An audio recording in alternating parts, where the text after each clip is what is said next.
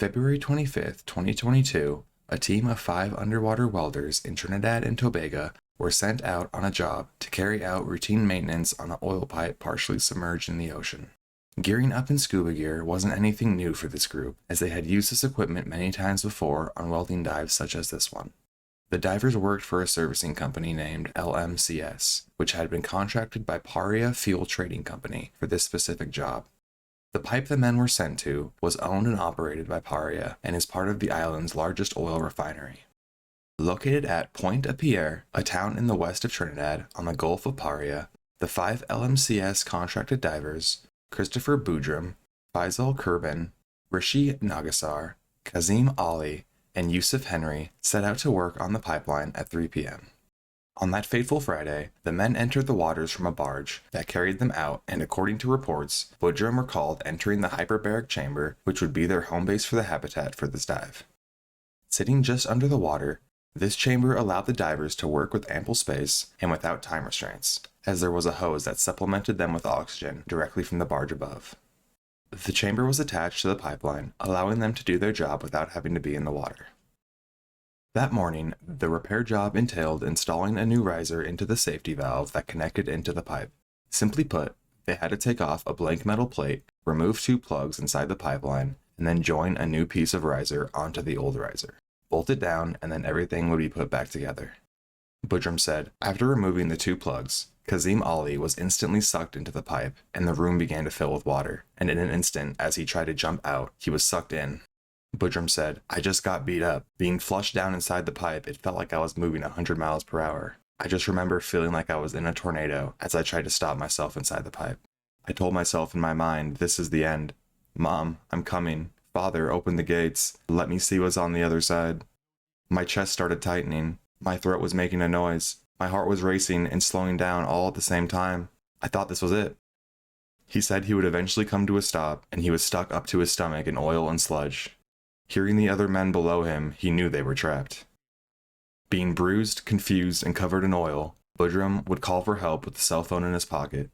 Coincidentally, one of the divers that day, Faisal Kurban, had his son, Michael Kurban, diving within a mile of the pipe at a different dive site. Hearing the emergency call over the radio, he quickly rushed to the site. When Michael arrived, there was no underwater rescue going on, and no one willing to help at the site. He took the initiative and called his brother, uncle, and friend, all who were divers, for help. Quickly coming to the scene, his family would help him start the dive. Michael would dive on an umbilical cord for unlimited air supply as he entered the pipe. After pushing his way through various sized air pockets, about 15 meters in, packed into the oil and sludge, he would find Boudram. Frazzled, dirty, and excited to see another human, he was rushed out of the pipe to the others waiting to help him surface. He was quickly moved into a hyperbaric chamber to decompress from the dive. Both Michael and Boudram described hearing sounds from further along inside the pipe and were convinced that the others were still alive. Michael went back into the pipe after saving Boudram, but reached the end of the cord not much further past where he got the first time and was forced to turn back. Along the way, he only found a set of diving gear, but nothing else.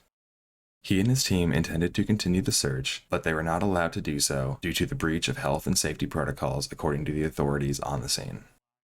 Over the weekend, some hope remained that air pockets might have enabled the missing divers to survive. Even though the air quality would have been poor, according to one report, rescue attempts have been delayed by a water pump that failed when its lifting cable snapped, eliminating that approach at rescue.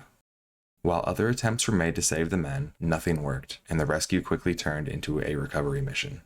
Relatives of the missing claim that the Paria company didn't send a remote camera into the pipe until some 12 hours after the initial incident, and that the rescue divers had been unwilling to enter the pipe until the contents had been pumped out.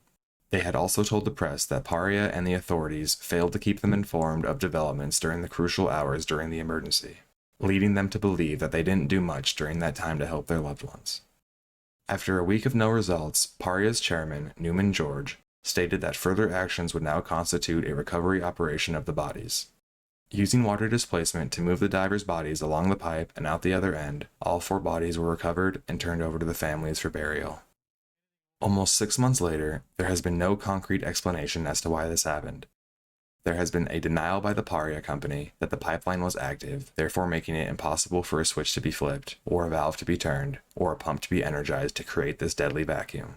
also claiming that the missing divers had been monitored from the surface while they were working, and that when the incident occurred, it had immediately contacted the Coast Guard and other authorities. Further saying they had rescue divers standing by, which were quickly on the scene to help. Not only is there no evidence of this that I could find, I don't know how they would explain that Michael Kerbin was the one rescuing Budrum after calling his own rescue crew for assistance. A report from OSHA is still being awaited on, but Chris Jackman, the president of the Oilfields Workers Trade Union, believes he has a good idea as to what happened. Jackman said he spoke with Budrum and others with knowledge of the work being done that day. He explained that the hyperbaric chamber was pressurized using an air compressor, maintaining a pressure between 10 and 15 psi. During the work in the pipeline, the divers had inserted an inflatable plug in order to seal it to prevent any volatile fumes from getting in the area while it was being cut and welded. A second, more advanced plug, secured with a chain known as a deadman, was inserted into the pipe closer to the opening. The deadman was secured outside the pipe to prevent the plug from being sucked in if it was dislodged. However, when the second plug was removed, this PSI pressure in the chamber would have begun acting as a second inflatable plug, creating a significant amount of force. And when the inflatable plug was about to be removed, Jackman said it was suddenly dislodged and pushed into the pipeline, creating the vacuum that caused the chamber to suddenly fill with water, pulling the men and equipment into the pipeline. Jackman said among the issues to be determined by OSHA would be the scope of the work being undertaken, whether any of the procedures related to the job were not followed by one or more of the parties involved, and whether the procedures were approved by the Paria Company.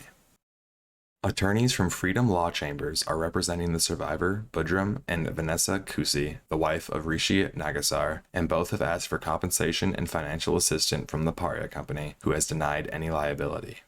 Shay Dindile, junior counsel to attorney Anand Raglogan, had this to say when asked about the legal actions. We have been awaiting the Commission of Inquiry in the hope that it would assist the parties in the pursuit of their cases, because thus far neither the Paria Company nor LMCS has provided the requested information to enable the parties to determine how to proceed. He goes on to say, the problem, however, is the government has hired its own legal team. Paria and LMCS has also hired their own legal team. Not one party has reached out to the persons that matter the most, the lone survivor and the relatives of those who died in the pipeline. They have no money, and their sole breadwinner is gone. The fear is that this might turn out into yet another blackout inquiry where they conclude that no one is to blame and we all say, let's move on.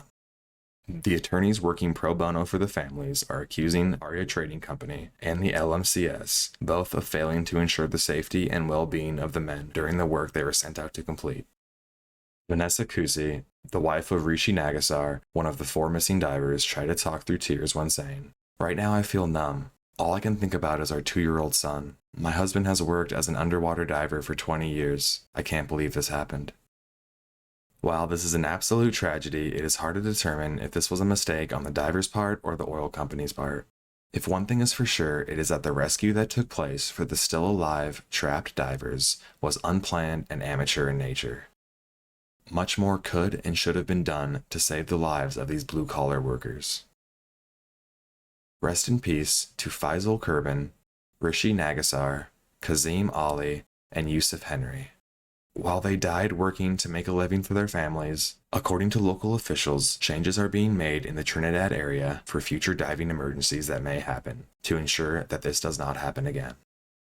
That is the story of the Pradia oil pipe disaster. If you want to hear more scary, fascinating stories, make sure to check out last week's video.